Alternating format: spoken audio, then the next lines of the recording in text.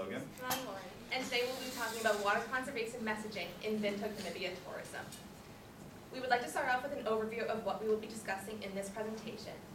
First is a background in which we will discuss the current problem of water stress in Windhoek. Next is the goal, which we will be discussing the goal of the sponsor and of the team to solve this problem. Next is a methodology in which we will discuss the ways we will approach this problem. And lastly, the deliverables, where we will discuss the projected outcomes of this project. First, we would like to start off with the background of why water conservation is so important, especially in Windhoek, Namibia. Water stress is when the water available in a country drops below 1.7 million liters of water per year. It is estimated that 2/3 of the world's population is currently living in a region of water stress. About 80% of all illnesses in underdeveloped countries come from poor water conditions.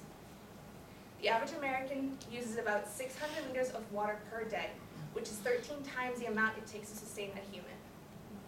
The water in, 1/4 of all countries are currently experiencing some form of water stress. And the water demand per capita per day in Windhoek, in Namibia, is 200 liters of water, compared to the 680 liters in the United States.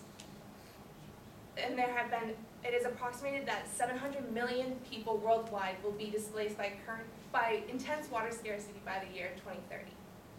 And a 5-minute shower, which takes about 100 liters of water, is more water than a person in a developing country uses in a day, which is approximately 44 liters of water.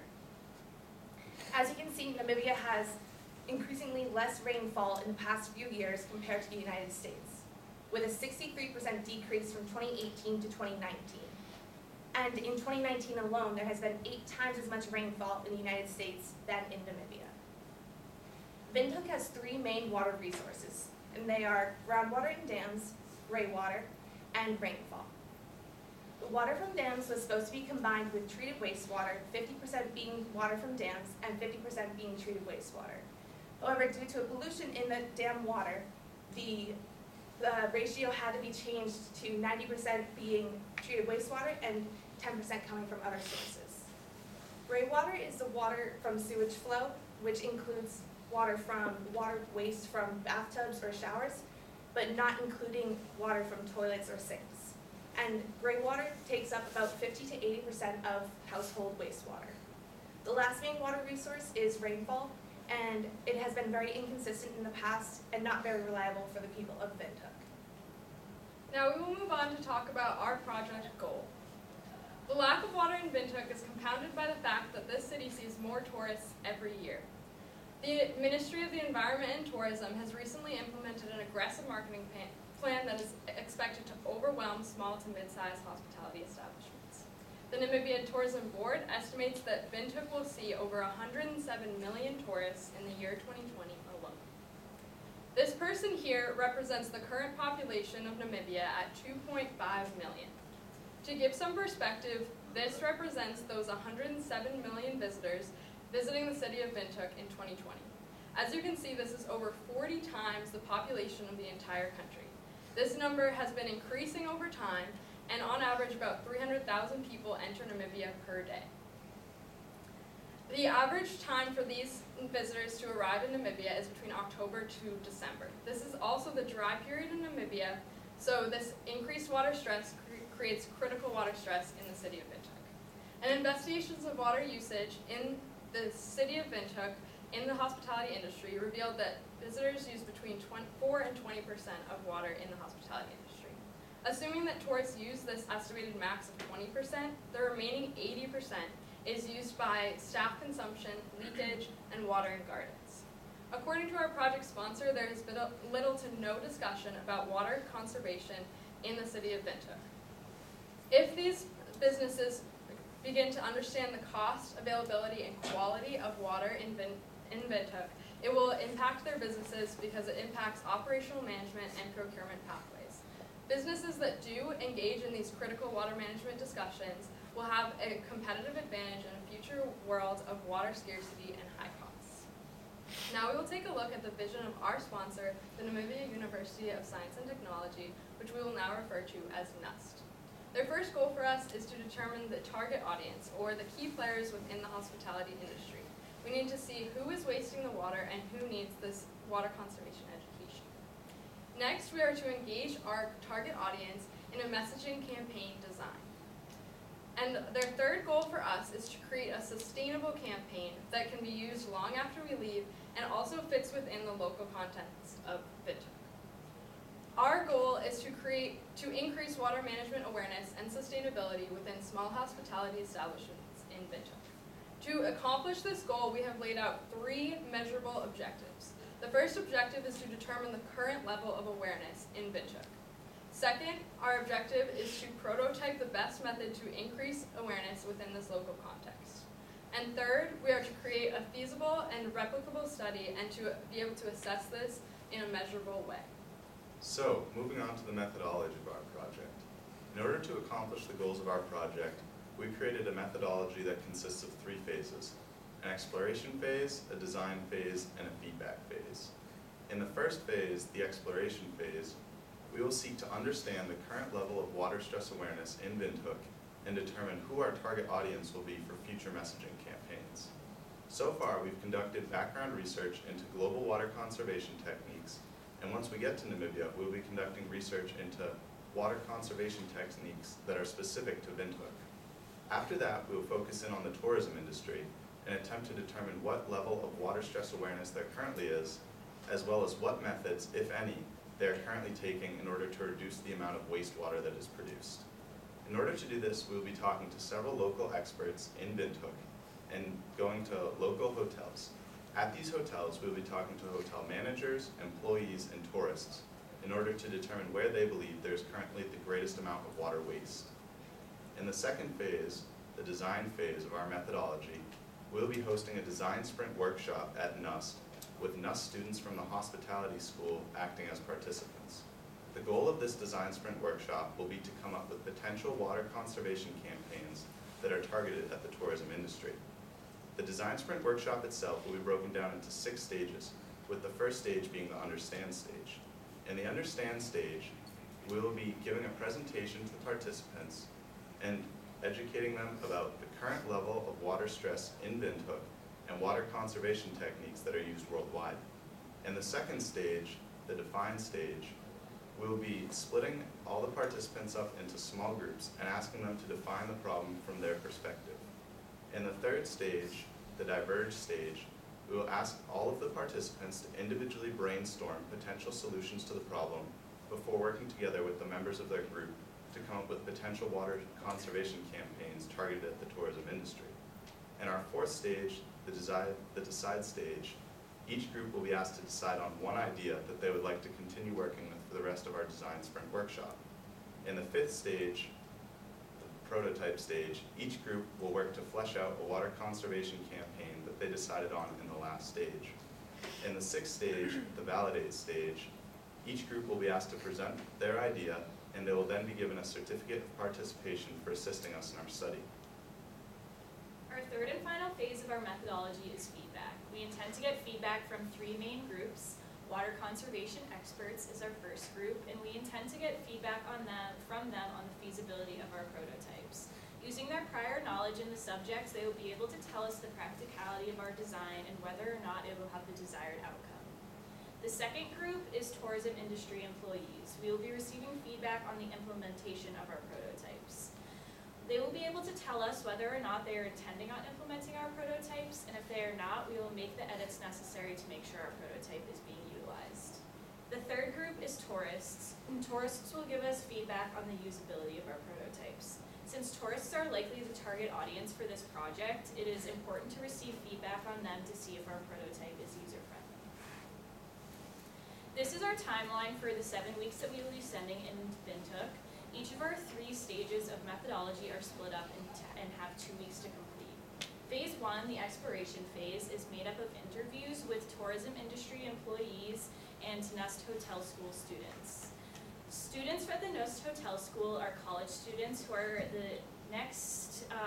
they're studying hotel in Namibia and are the next leaders within the hospitality industry.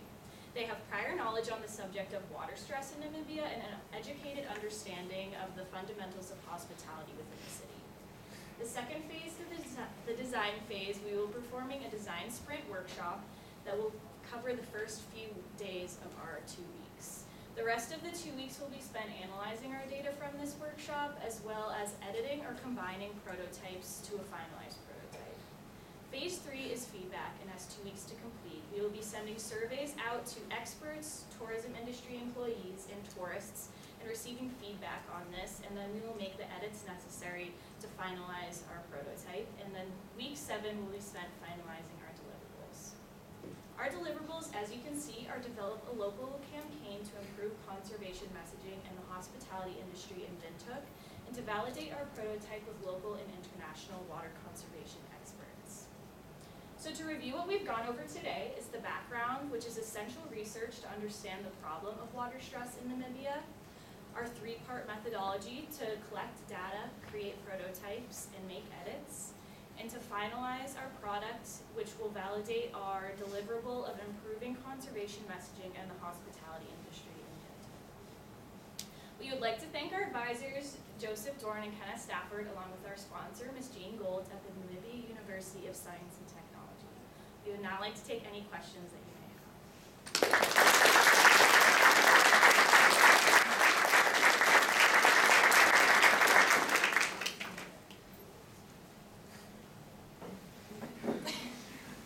Do you know where these tourists come from? Because a couple of years ago, I was in Cape Town, South Africa, big water crisis, and they had this thing in the shower where you twist it, and it's like a little hourglass. You're supposed to finish your shower before that thing runs out.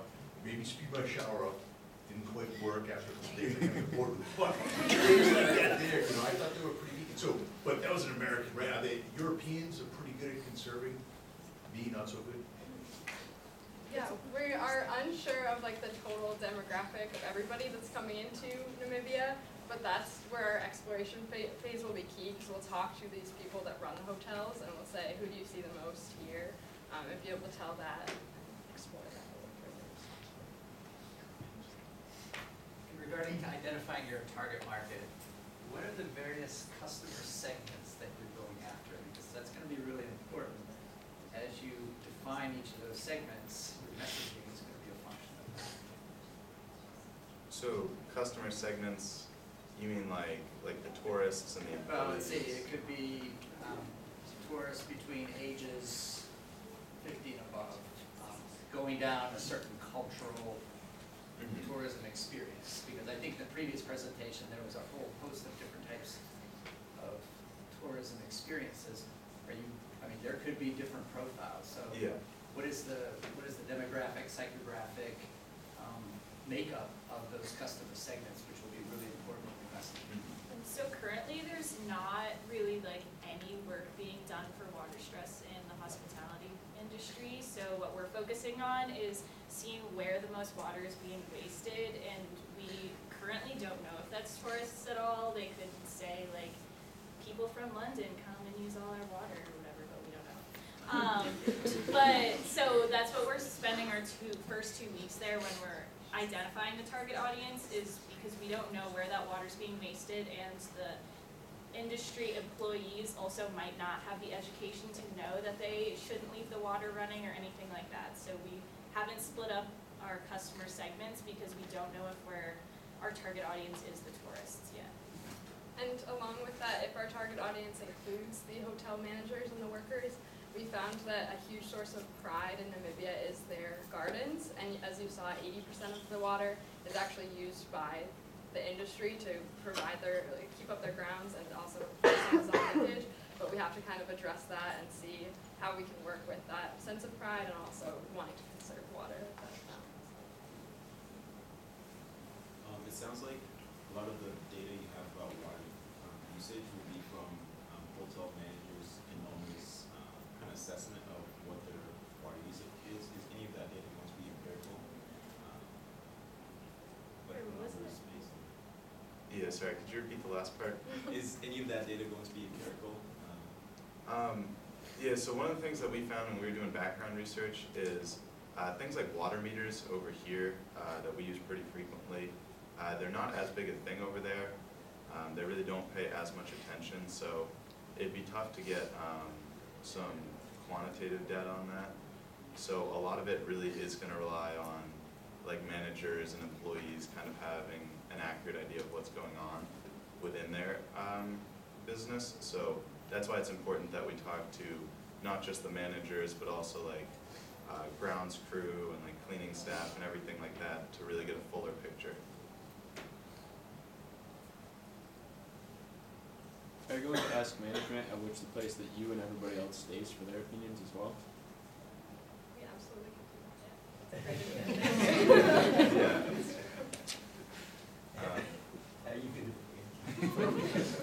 Yeah, our sponsor is a professor in the hospitality school at NUST, so we're planning on mostly going through her in terms of like which specific industries we were talking to, because we didn't know if she had any ideas like already of who she wanted us to talk to. But definitely, yeah, I mean anyone that we could really get some information from. Well, one more question. How will you get participants for your workshop? So, like Logan just mentioned, our sponsor is a professor. She's a lecturer at the Nest Hotel School, so she has a lot of connections to people in the area as well as students. So we will hopefully have no trouble going through her to get participants in our study. Actually, is Pooja still here? Did she take over? No, because they did a similar project in the UAE, and it'd be good to get some of her feedback on all the hustling that she had to do to recruit the students for the design sprint. Kyla's here. Oh, Kyla! Oh my God, sorry, I couldn't see you. All right, so do you have any words of advice about what it takes to actually throw together the design sprint for that? I would say like don't wait till the last second, because the numbers you get for signups nowhere reflect how many people will come, because we had a full list and I'd say probably 50% of the people showed up, and it was still very valuable having like the small groups. So it worked out very well having all the small groups to work together. I would just make sure that if she's gonna be the person to get connections for you guys, I would make sure that you're kind of on top of it, making sure that she's actually reaching out. Make sure you have like a flyer, like a description. We went through marketing people to make sure that the flyer was understandable in the cultural context, because we realized design sprint may be really big at WPI, but it's not really big there. So just getting opinions on the flyer and the information you put out, just so that you know you're targeting the right people in the right way. Awesome, thanks. You're welcome. All right, great, thank you.